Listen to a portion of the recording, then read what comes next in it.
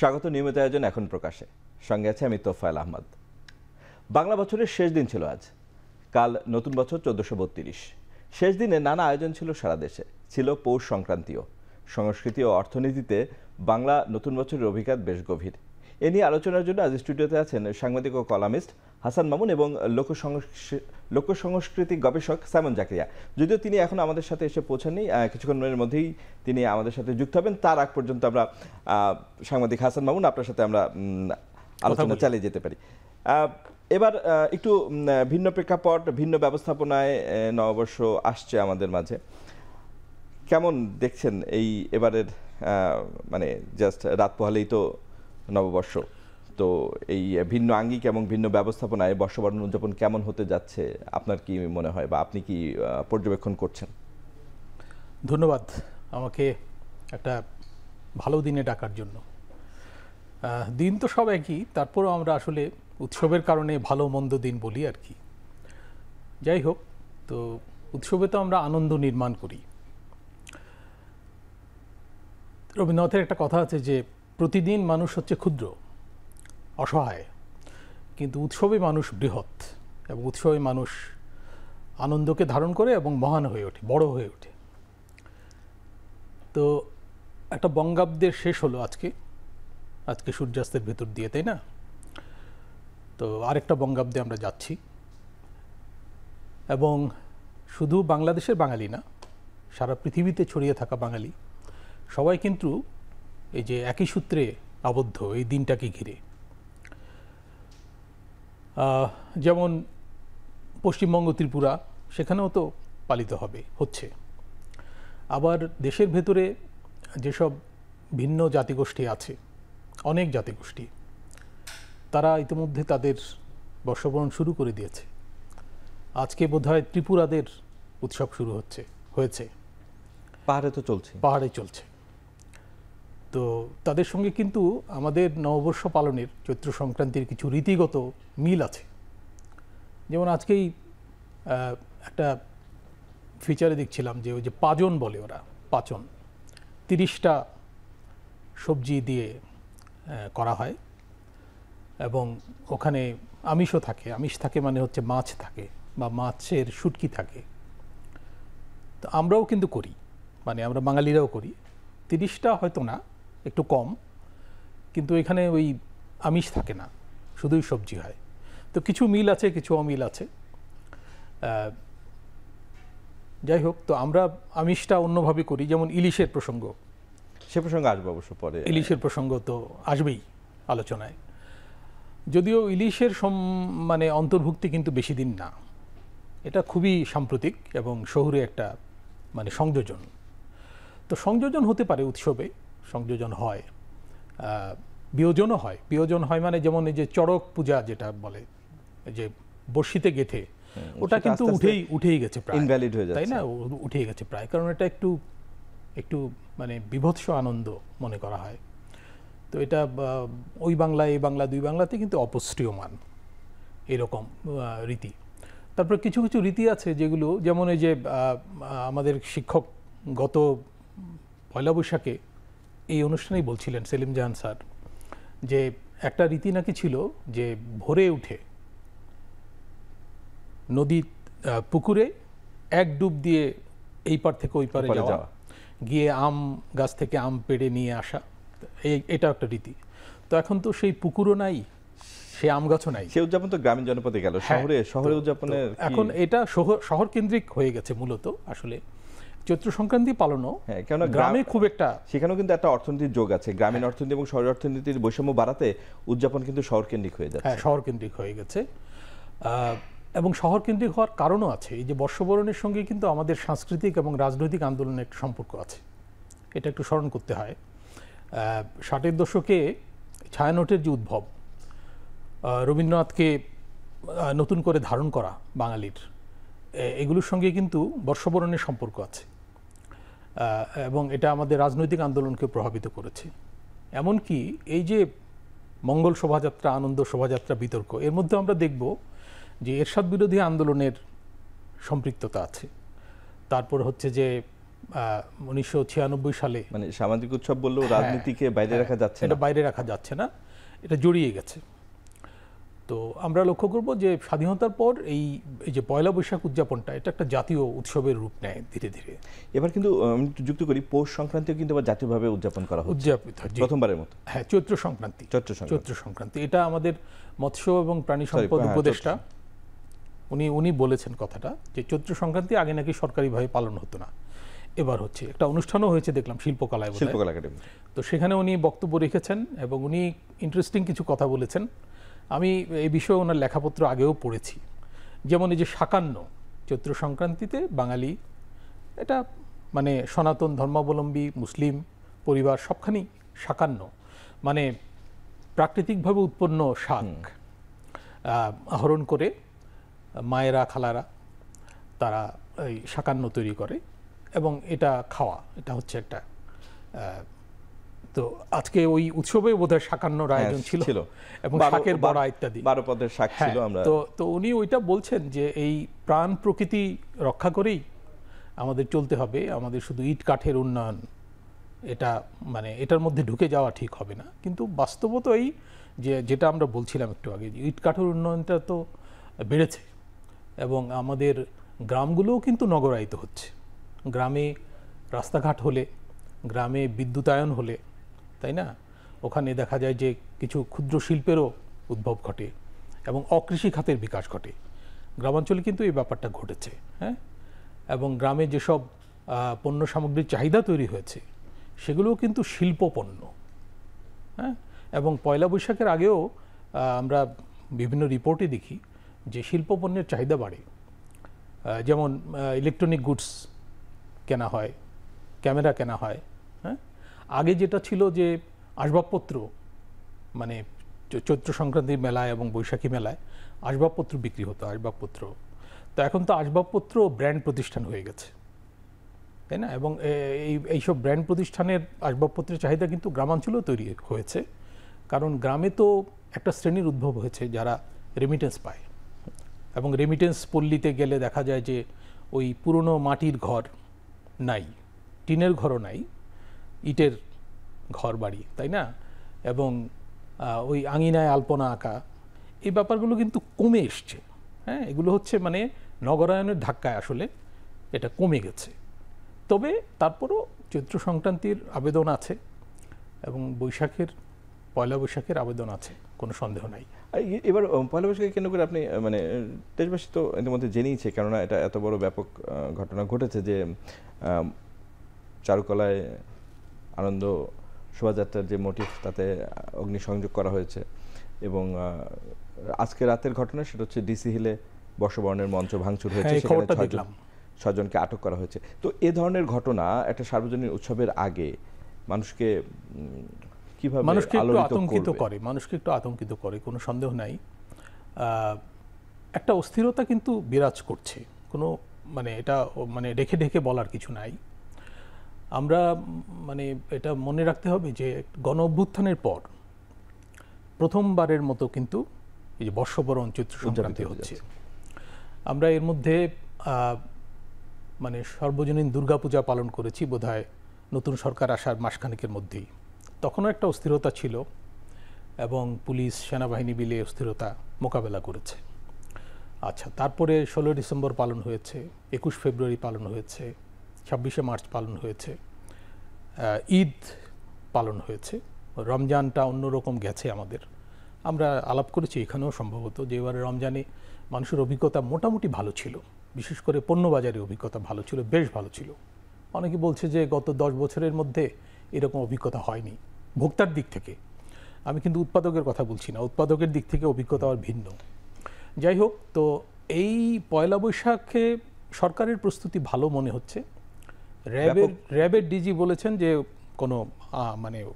কোনো হামলা বা কোনো জঙ্গি তৎপরতার মানে আশঙ্কা নাই। কিন্তু এই যে মানে কমিটি, তারপরে হচ্ছে কারা পালন করবে, কারা আছে, কারা ফ্যাসিস্টের দোসর, এইসব ঘিরে এই যে ডিসি হিলের ঘটনাটা কিন্তু ওইটা ঘিরে হয়েছে। ওখানে প্রশাসন জিনিসটা হ্যান্ডেল করতে পারেনি আমার মনে হয়েছে, নিউজ পড়ে মনে হয়েছে মানে বাদানুবাদটা নিয়ন্ত্রণ করে যে অনুষ্ঠানটা করা সেটা, এবং সেখানে বোধহয় অনুষ্ঠান হচ্ছে না ডিসি হিলে দীর্ঘদিন ধরে পালিত হয়ে আসছে। সংস্কৃতি কর্মীরা প্রতিবাদে বলছে যে তারা তারা বর্ষবরণের অনুষ্ঠান বর্জন করবে। এটা তো দুঃখজনক ঘটনা, দীর্ঘদিন ধরে হতো, এবং চিটাগাং শহরে এটা আমি জানি যে এটা ভালো যতগুলো আয়োজনে তার একটা মূল অন্যতম কেন্দ্র ডিসি হিল বন্দরনগরী এবং বাংলাদেশের দ্বিতীয় বৃহত্তম নগরী। এইসব খবরে মানুষের মধ্যে কিন্তু একটু মানে অনাস্থা তৈরি হয়, কোনো সন্দেহ নাই।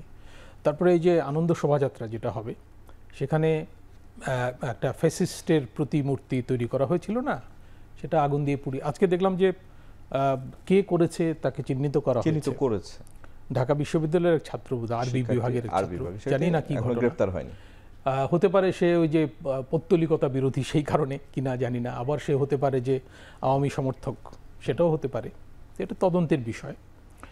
তো এই ধরনের এবং বিপরীতে আমি একটু উল্লেখ করতে যে প্রধানমন্ত্রী বলেছেন যে সবাইকে যার যার সামর্থ্য অনুযায়ী যথাযথভাবে এই উৎসবে যোগ দেওয়ার একটা উদাত্ত আহ্বান জানিয়েছেন প্রধান উপদেষ্টা জানিয়েছেন, সংস্কৃতি বিষয়ক উপদেষ্টাও বলেছেন, তাই না?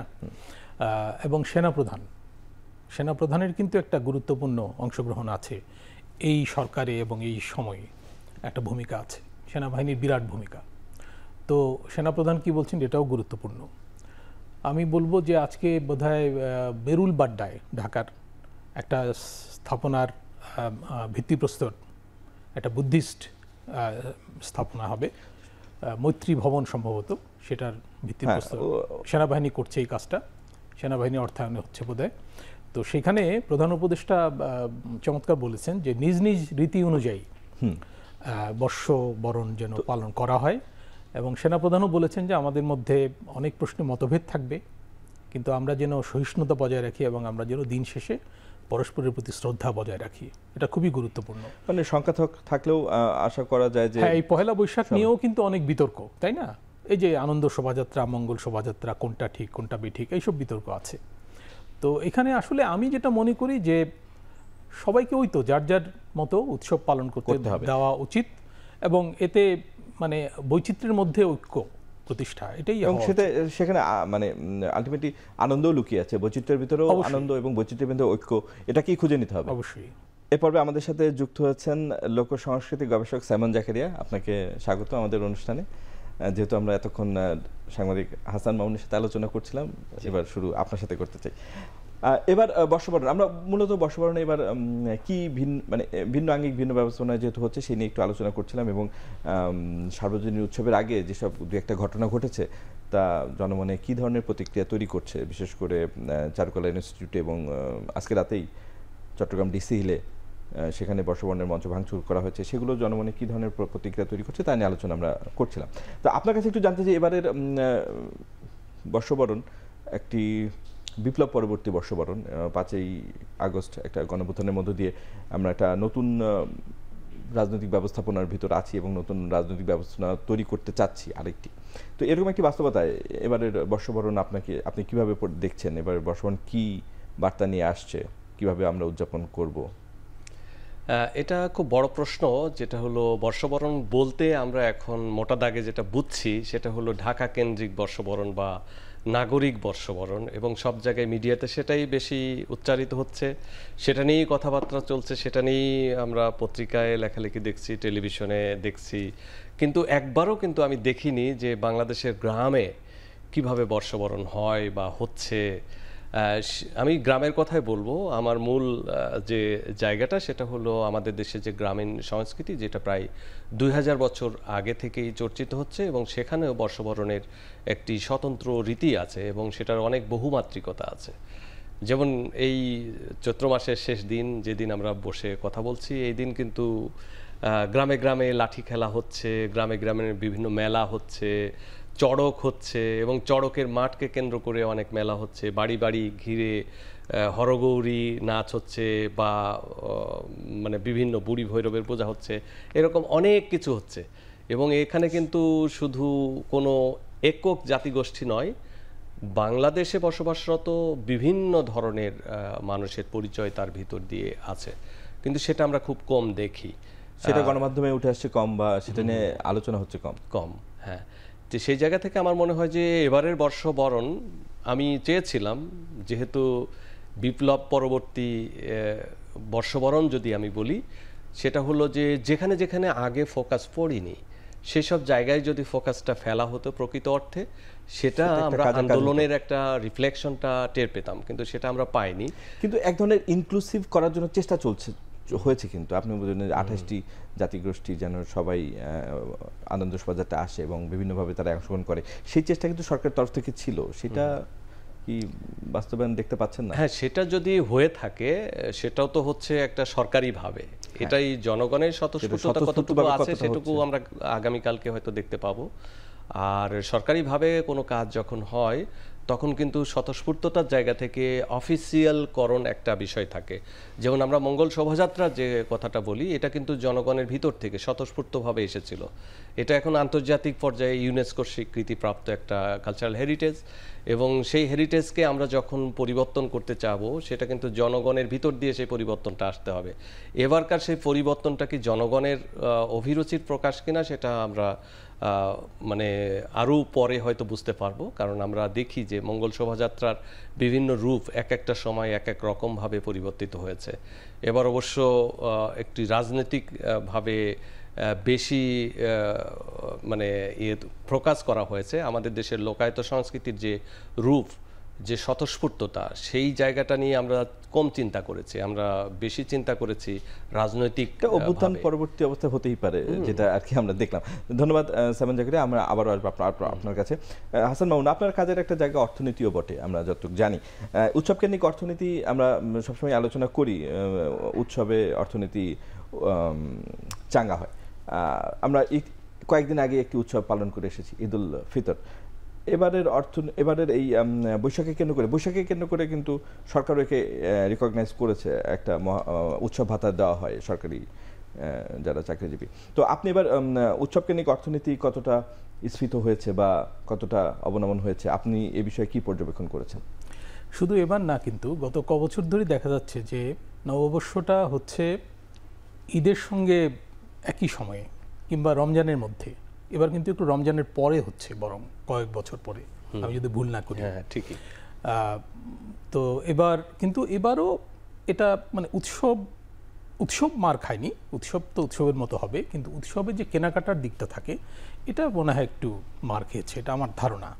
কারণটা হচ্ছে যে আলাদা করে এর জন্য খরচ করা, এটা কিন্তু অধিকাংশ লোকের পক্ষে কঠিন, খুবই কঠিন। আর মানে রমজানে তো প্রচুর খরচ হয়, মানে গোটা রমজানে খরচ হয়, ঈদকে ঘিরে খরচ হয়। আর একটা হচ্ছে যে আপনি যে বোনাসের কথা বললেন, যে বেসিকের বোধহয় 20% দেওয়া হয়, এটা মানে বিগত সরকারের আমলে চালু হয়েছিল এবং প্রশংসিত হয়েছিল, কিন্তু এটা তো বেসরকারি খাতে খুব একটা নেই। কিছু ব্যাংক এগুলো দেয়, লাভজনক ব্যাংকগুলো, সব ব্যাংক দেয় কিনা, কিন্তু কিছু ব্যাংক তো ক্রাইসিসে আছে আমরা জানি।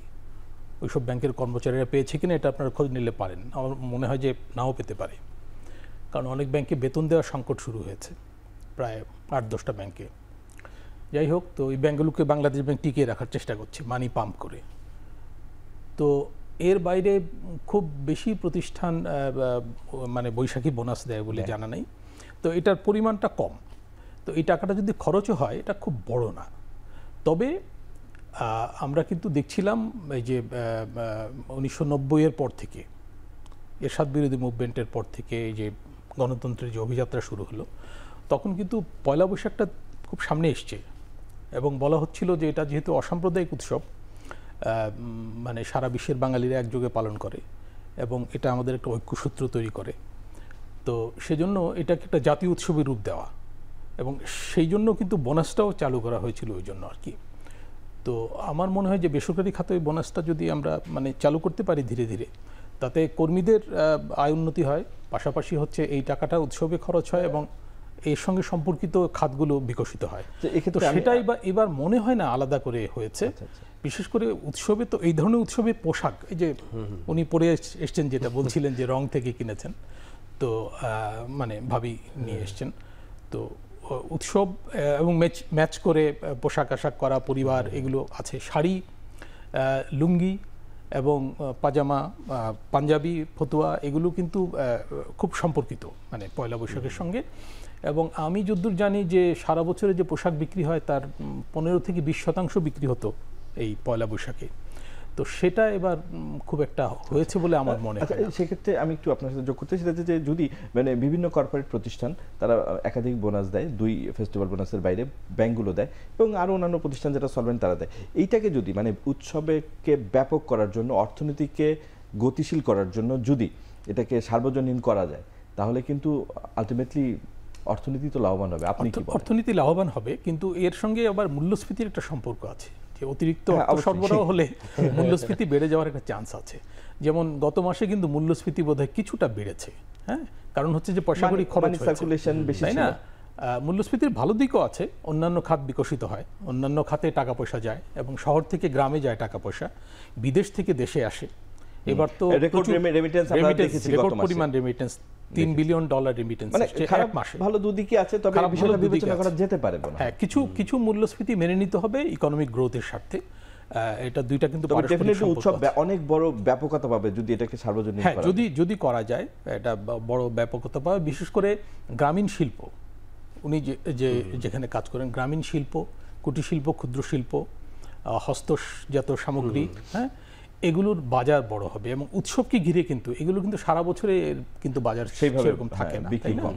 তো এটা আর হচ্ছে যে ফুলের ব্যবসা, আপনারা বোধহয় রিপোর্ট করেছেন দেখলাম গদখালিতে ফুলের ব্যবসা, কিন্তু ফুলের বাজার একটু ডাউন, মানে ফুলের দাম সেরকম পাওয়া যাচ্ছে না। আমরা কিন্তু পয়লা ইয়েতেও দেখেছি, এই যে 21শে ফেব্রুয়ারিতে ফুল খুব একটা বিক্রি হয়নি। মানে সামগ্রিকভাবে একটা অস্থিরতা তো বিরাজ করছে, এটা অস্বীকার করা যাবে না, তাই না? উৎসব মুখরতায় কিন্তু একটু ঘাটতি আছে মানুষের মধ্যে, একটু শঙ্কা ইত্যাদির কারণে এর প্রভাব অর্থনীতিতে আছে, এটা অস্বীকার করা যাবে না। ধন্যবাদ হাসান মামুন। আমি আবার সাইমন জাকির আপনার কাছে আসতে চাই। আপনি বলছিলেন যে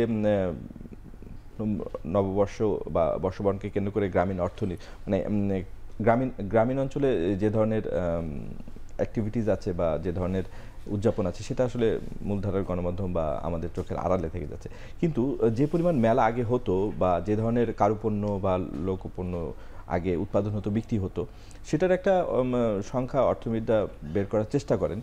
4 থেকে 5 হাজার কোটি টাকার বেচা কেনা হয় বৈশাখকে কেন্দ্র করে, এরকম বলা হয়। কিন্তু এই প্রবণতাটা কি আগের মতো আছে না কমেছে? মানে মেলার সংখ্যা আগে যেমন হয়তো সারা দেশ জুড়ে হতো অনেক মেলা, এখন কি অত মেলা হয়? আসলে একসময় আমাদের বাংলা একাডেমির একজন সহকর্মী একটা মেলার হিসাব করেছিলেন, বাংলাদেশে প্রায় 1400 মেলার সংখ্যার একটা হিসাব করেছিলেন। কিন্তু আমি দেখেছি সেই তালিকার বাইরেও বহু মেলায় আমি গিয়েছি, তার মানে বাংলাদেশে মেলার সংখ্যা আরও অনেক বেশি, কিন্তু সেটার কোনো ডাটা আমাদের কাছে নেই।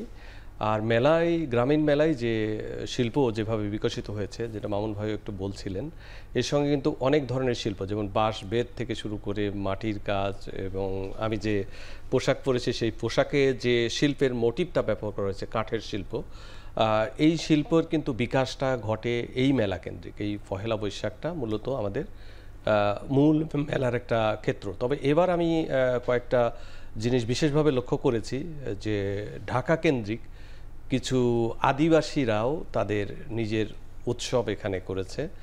যেমন মিরপুরে আদিবাসীদের একটা কেন্দ্র আছে, সেখানে আমি দেখলাম বৌদ্ধ বিহার একটা কেন্দ্র, সেখানে কিন্তু পাহাড়ের অনেক আদিবাসীরা সম্মিলিতভাবে তাদের ওখানকার খাদ্যাভ্যাস, বস্ত্রশিল্প, সেগুলোর কিন্তু একটা বাণিজ্যিকরণ এবং শহরের মানুষের সঙ্গে পরিচয় করিয়ে দেওয়ার একটি কাজ করছেন।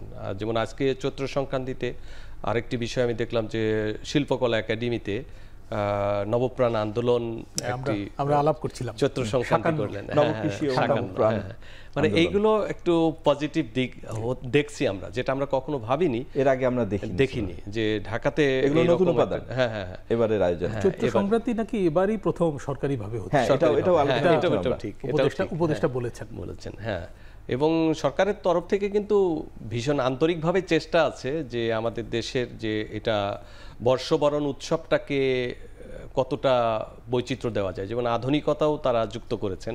যদিও যারা লোকসংস্কৃতির চর্চা করি, আমরা চাইবো সবসময় যে লোকসঙ্গীতের শিল্পীরা প্রাধান্য পাক। আচ্ছা, এই প্রসঙ্গে আরেকটা বিষয় বলি। এবার বলা হচ্ছে যে যারা দীর্ঘদিন ধরে এই উৎসবে অপাঙ্ক্তেয় ছিল বা তাদের সংযুক্তি আমরা দেখিনি, ইসলামী সংস্কৃতি সংগঠনগুলো, তারাও এবার যুক্ত হচ্ছে। এই বিষয়ে আপনি মানে তারা কেন এতদিন ছিল না বা তারা আসছে, আপনি বিষয়টাকে কিভাবে দেখছেন? আসলে আমি মনে করি যে কেউ ছিল না এটা ঠিক নয়, সবাই ছিল। হয়তো মনের দিক থেকে আমি যেটা করছি সেটাকে তারা গ্রহণ করেননি। এখন হয়তো তারা মনে করছেন যে না, এখন আমার মনটা আমার মতো করে হয়েছে। কিন্তু আমি কোনোদিনই দেখিনি যে হ্যাঁ বৈশাখী উৎসবে বা রাজনৈতিক কোনো চাপ একটা বা তাদের গোষ্ঠী বাইরে নাই, রাখার হয়তো কোনো রাজনৈতিক গোষ্ঠী ছিল না, কিন্তু মানুষ ছিল, সাধারণ মানুষ ছিল এবং নাগরিক মানুষ ছিল। এখানে কিন্তু কোনো ধর্মে দ্বারা বিভক্ত বৈশাখী মেলা না।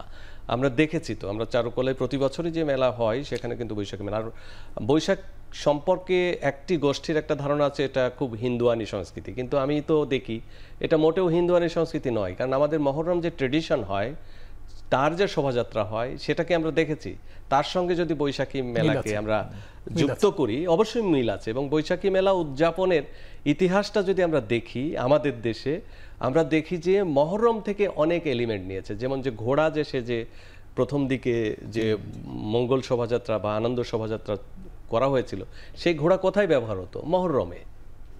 তাহলে মহরম থেকে অনেক কিছু এখানে যুক্ত হয়েছে। এবং ঈদ পরবর্তী যে মেলা, এবার তো আমরা ঈদ মেলাও করেছি, হ্যাঁ অবশ্যই, যেটা আমরা আগে দেখি। এবং ঈদ মেলাও যেটা বলা হচ্ছে যে এবারই প্রথম, কিন্তু এটা প্রথম নয়, মোগল আমল থেকে সুলতানি আমলে ঢাকাতে প্রথম। এটা হয়ে থাকে। আমি বিভিন্ন সময়ে সরকারি পর্যায়ে বিভিন্ন ওয়ার্কশপে আনন্দ মিছিল হতো, এগুলো আমরা দেখিয়েছি যে এটা সব সময় হয়। এমনকি বৈশাখী ঢাকা কেন্দ্রিক যে বৈশাখী শোভাযাত্রা বা বৈশাখী মেলা বা মঙ্গল শোভাযাত্রা, সেটাও কিন্তু ইনফ্লুয়েন্সড ফ্রম দ্য এই আর কি ঈদ শোভাযাত্রা, যেটা মোগল আমলের। কারণ প্রথম দিকের যে বিষয়গুলো আপনারা দেখবেন, এই যে বিভিন্ন ধরনের শিল্পকর্ম নিয়ে মিছিল করা, এই প্রবণতা তো আমরা দেখেছি যে সেই মোগল আমলেই ছিল, বিভিন্ন ছবিতে আমরা দেখি। সেক্ষেত্রে আমরা কিন্তু ভাবিনি, আমরা গবেষণার চোখ দিয়ে যদি আমরা দেখি, কোনো কিছুকে বিচ্ছিন্ন না করে যদি আমরা উদারভাবে বিবেচনা করি, তাহলে দেখব যে আসলে এই মঙ্গল শোভাযাত্রার যে চিন্তা দর্শন, সেটার সঙ্গে আমাদের দেশের সব ধর্মের সব সম্প্রদায়ের মানুষের চিন্তার একটা সংযোজন আছে। ধন্যবাদ হাসান মামুন। আমরা একটা বিরতিতে যাব, বিরতিতে যাওয়ার আগে আপনার কাছে প্রশ্নটি রেখে যেতে চাই।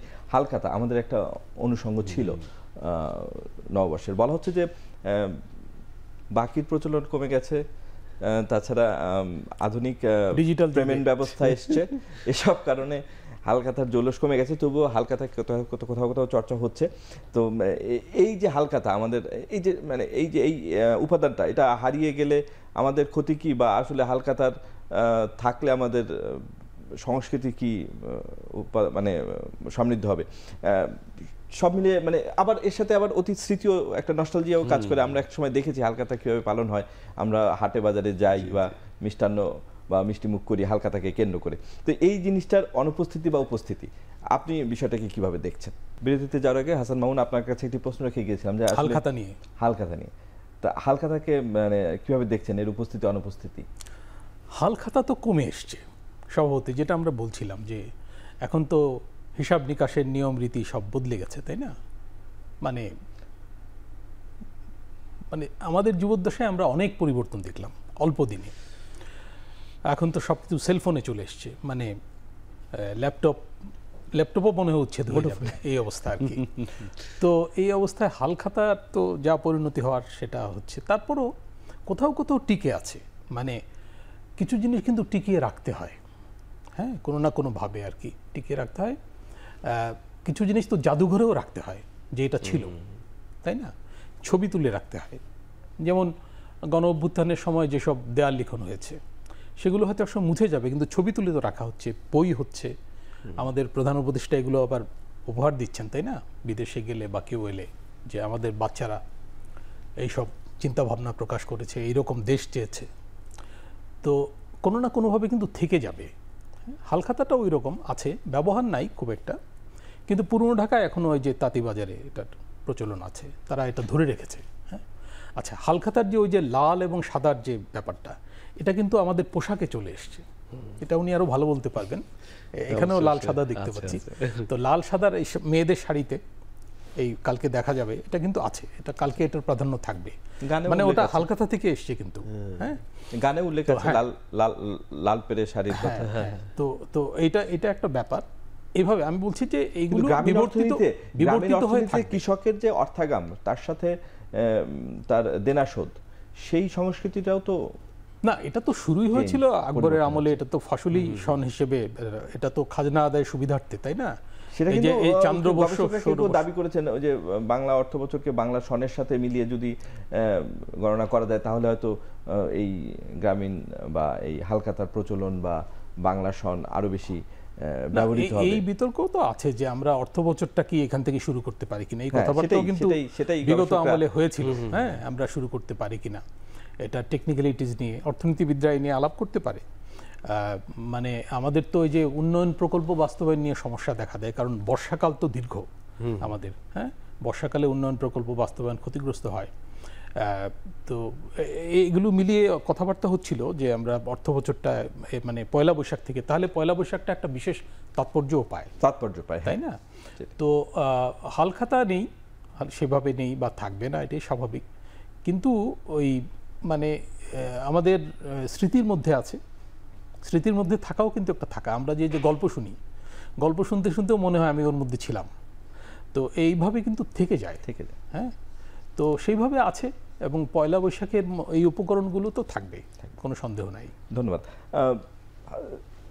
সাইমন জাকারিয়া। মানে আমাদের সরকারের পক্ষ থেকেও এর আগের সরকার এবং এই সরকারও একটা আহ্বান আছে যে আমাদের একটা মিথ পান্তা ইলিশের ব্যাপার, এটার সাথে নববর্ষ বা বর্ষবরণের তেমন যোগসূত্র নাই, এবং যেহেতু মার্চের শুরু থেকে 2 মাসের নিষেধাজ্ঞা আছে নদীতে মৎস্য আহরণের, সে কারণে সেটা বলা হচ্ছে।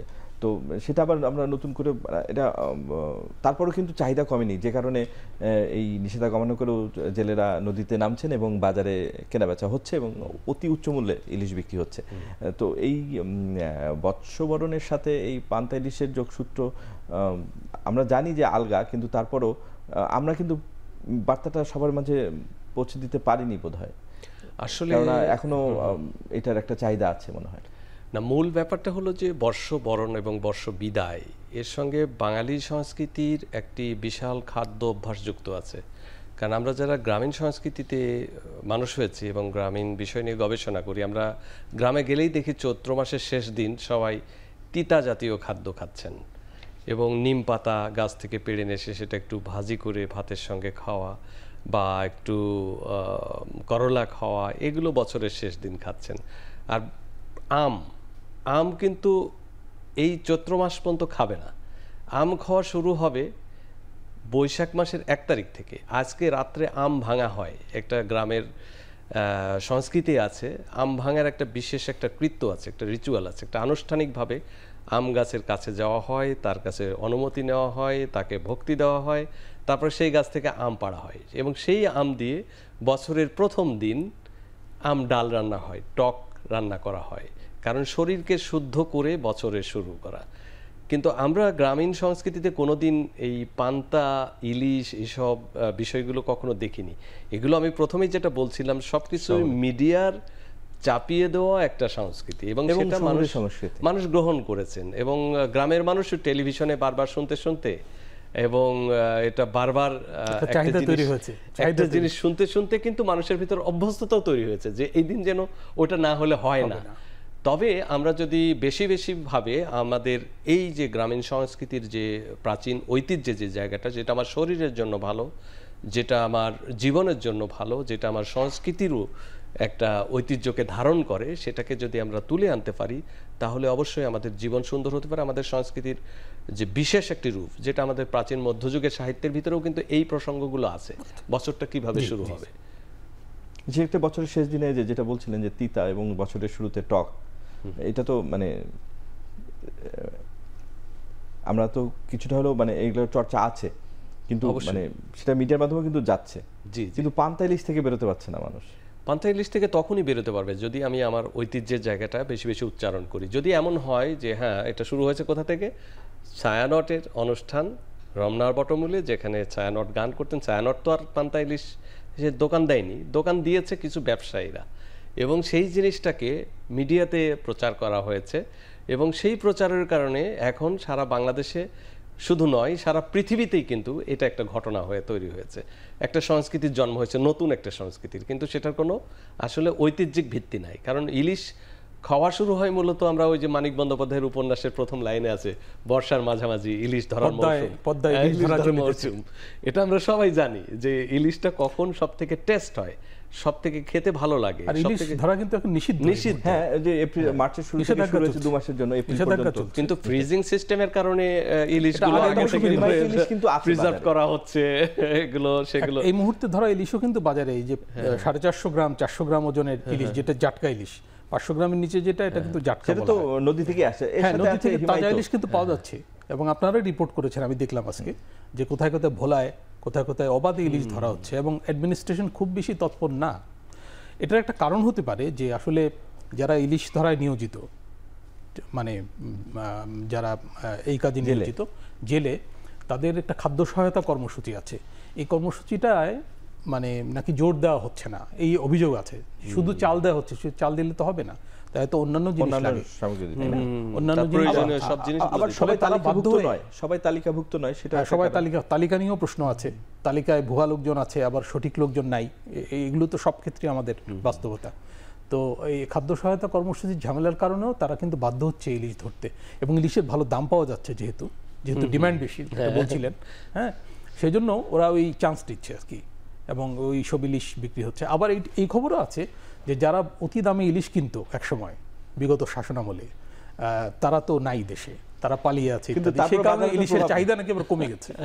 এটাও রিপোর্ট দেখলাম। পাশাপাশি আমি আরেকটা বিষয় জানতে চাই, যে আমাদের যেহেতু আলোচনার সময় করেছে, উৎসব তো সার্বজনীন, কিন্তু তারপর আমরা দেখি প্রতিবার এই নববর্ষ, বর্ষবরণ হলে বা ঈদ, একটা আইন শৃঙ্খলা বাহিনীর তরফ থেকে একটা বক্তব্য থাকে যে এবার কোনো উদ্বেগ নেই।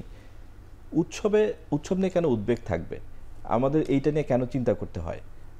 মানে সেটা আমাদের এই সমাজ, মানে সমাজের ভিতর কি এই উপাদান রয়ে গেছে এখনো বিরুদ্ধবাদিতার, মানে উৎসবকে কেন্দ্র করে? আসলে এটা কখনো ছিল না। আমরা উৎসবে তো নিরাপত্তা নিয়ে শঙ্কা থাকার কথা না। যে কোনো উৎসবই আগে স্বতঃস্ফূর্তভাবে হতো, এবং সবাই মানুষ, গ্রামের মানুষ হোক শহরের মানুষ হোক, নিজেরাই নিরাপত্তা নিশ্চিত করতেন, নিজেরাই অনুষ্ঠান করতেন। কিন্তু এখন হয়তো বিভিন্ন আমাদের ভিতরে এত বেশি দ্বিধা দ্বন্দ্ব তৈরি হয়েছে যে এখন আমরা যে কোনো বিষয়ে কথা বলতে গেলেও যেভাবে আমাদের একটা বিতর্কের মুখোমুখি পড়তে হয়, যে কোনো একটা কৃত্য করতে গেলেও বিতর্কের মুখোমুখি হতে হয়। আসলে কোনো সংস্কৃতি কিন্তু অন্যকে অখুশি করার জন্য নয়, সকল সংস্কৃতিরই কিন্তু একটা রূপ আছে। সংস্কৃতি, সঙ্গীত, এগুলো যেটা করে মানুষের যে এটাকে অন্যরকম ক্ষুধা, মানসিক ক্ষুধাকে নিবৃত্ত করে আনন্দ করার জন্য, সেখানে কিন্তু সব মানুষেরই সমানভাবে অংশগ্রহণের কথা। কিন্তু আমরা হয়তো আমাদের শিক্ষা পদ্ধতির ভিতরে এই দর্শনগুলো দিতে ব্যর্থ হয়েছি, যে সংস্কৃতি কেন তুমি করবে। মানে প্রত্যেকটা মানুষের যেভাবে খাবার সংগ্রহের জন্য কৃষি কাজ করতে হয়, অর্থনৈতিক নিশ্চয়তার জন্য তাকে কোনো একটা কাজের সঙ্গে যুক্ত হতে হয়, তেমনি তার মনের শান্তি এবং তার মনের খাদ্যের জন্য সংস্কৃতি চর্চা করতে হয়। কিন্তু সেই জায়গায় তো আমরা যাইনি। ধন্যবাদ, আমাদের হাতে সময় কম। হাসান মামুন, এই বিষয়ে আপনার মন্তব্য জানতে চাচ্ছি, যে আমাদের সার্বজনীন উৎসবের নিরাপত্তা নিয়ে কেন বারবার আমাদের শঙ্কিত থাকতে হয়? হ্যাঁ, এটা তো একটা বিরাট ঐক্য এবং বৈষম্য বিরোধিতার ডাক নিয়ে এবার পালন করব পয়লা বৈশাখ, সেখানে আমাদের নিরাপত্তা নিয়ে কেন শঙ্কিত থাকতে হচ্ছে? না, বৈষম্য বিরোধিতার ব্যাপার তো সরকার প্রমোট করছে এটা, এবং কিন্তু ঐক্য তো আমরা চাই, সেটা তো সত্য। ঐক্য আমরা চাই, এই যে মানে ভিন্ন জাতিগোষ্ঠীর মানুষদেরও এই উৎসবে শামিল করানোর একটা চেষ্টা, যদিও এই সরকারি চেষ্টাগুলো আসলে খুব ফলপ্রসূ হয় না, এগুলো সামাজিকভাবে হওয়া উচিত, আমি ওনার সঙ্গে খুবই একমত। আর একটা হচ্ছে যে যে যার মতো উৎসব পালন করুক, সবাইকে এক জায়গায় হতেই হবে, করতে হবে এমন কোনো কথা নাই। তারপরে হচ্ছে যে এই যে মানে বিভিন্ন মানে আপত্তি আছে যে এটা হিন্দুয়ানি কিনা ইত্যাদি, তো এখানে একটু উল্লেখ করতে চাই, সেটা হচ্ছে যে ইসলাম গ্রহণ করেও কিন্তু অনেক জাতি গোষ্ঠী, অনেক দেশের মানুষ কিন্তু তার নিজের যে ঐতিহ্য সেটাকে অস্বীকার করেনি। যেমন নওরোজ উৎসবের কথা এখানে বলা যেতে পারে। ইরান কিন্তু নওরোজ উৎসব এখনো পালন করে, তারা কিন্তু ইসলাম গ্রহণ করার জন্য নওরোজকে বাদ দেয়, হয়তো পৌত্তলিকতা বাদ দিয়েছে বা ওই যে অগ্নি উপাসনা বাদ দিয়েছে, কিন্তু নওরোজকে বাদ দেয়নি। সুতরাং আমাদেরও ইসলামের সঙ্গে বা আমাদের যে ধর্মাচার এর সঙ্গে এই উৎসবের কিন্তু কোনো সাংঘর্ষিক ব্যাপার নেই। আমরা সব পক্ষ সবাই মিলে এটা পালন করতে পারি, এবং যদি কারো আপত্তি থাকে ভিন্নভাবে পালন করতে পারে, কিন্তু পালনে কোনো সমস্যা নাই এবং অসহিষ্ণুতার কোনো সুযোগ নাই। আমাদের এখানে স্মরণ করতে হয় যে ছায়ানটের অনুষ্ঠানে কিন্তু বোমা হামলা হয়েছিল, তাই না? তো আমরা অবশ্যই আশা করব যে নিরাপত্তা পরিস্থিতি মানে অটুট থাকবে, সরকার সক্রিয় থাকবে এবং কোনো ধরনের অনাসৃষ্টি হবে না। এই ডিসি হিলের যে ঘটনাটা দুঃখজনক, এটা যদি শেষ মুহূর্তেও এটা ছোট করেও পালন করানো যায়, সেখানে এটা দীর্ঘদিন ধরে হতো, ভালো হওয়া। ছায়ানটের অনুষ্ঠান যেন নির্বিঘ্ন থাকে, কালকে আনন্দ শোভাযাত্রার জন্য ভালোভাবে হয়, এবং কালকে কালবৈশাখীর আশঙ্কাও আছে, ঝড় ঝঞ্ঝা, সেগুলো যাতে না হয়, বা হলেও এটা কিন্তু উৎসবেরই অংশ, তাই না? এই বর্ষা মানে বৃষ্টি হয়, প্রকৃতির অংশ, তো এটাকে আমরা গ্রহণ করব সাদরে। এবং অনেকে কিন্তু চায়ও যে এই দিন একটু ঝড় ঝঞ্ঝা হোক, বৃষ্টি বাদল হোক। এবং যেটা বলছেন নরদের কথা, এবং চীনা নববর্ষ, সেটাও কিন্তু মহাসমারোহে চীনারা পালন করে। তো আমাদের এশিয়াতে কিন্তু এই ব্যাপারটা প্রবলভাবে আছে, দক্ষিণ এশিয়াতেও আছে। হ্যাঁ, এবং এই উৎসবগুলোর মধ্যে যেটা উনি বলছিলেন যে এক ধরনের সাজুজ্য আছে, মিল আছে। ওই যে পাজনের কথা বলছিলাম না, যে আমরা শাকান্ন যেমন করি, ওরা কিন্তু পাজন করে ওই জন্য যে এটা খেলে রোগমুক্ত থাকা যাবে, এই ধারণা আছে, যদি এর বৈজ্ঞানিক ভিত্তি আছে কিনা যায় না, কিন্তু মানুষ এটা বিশ্বাস করে। ধন্যবাদ। বিশ্বাসের একটা জগৎ কিন্তু আছে। ধন্যবাদ সাংবাদিক হাসান মামুন এবং লোক সংস্কৃতি গবেষক সাইমন জাকারিয়া, আপনাদের এই আলোচনায় যোগ দেওয়ার জন্য। দর্শক, আজ আমরা এখানেই শেষ করছি। আবারও দেখা হবে সমসাময়িক বিষয় নিয়ে। ভালো থাকবেন। শুভরাত্রি।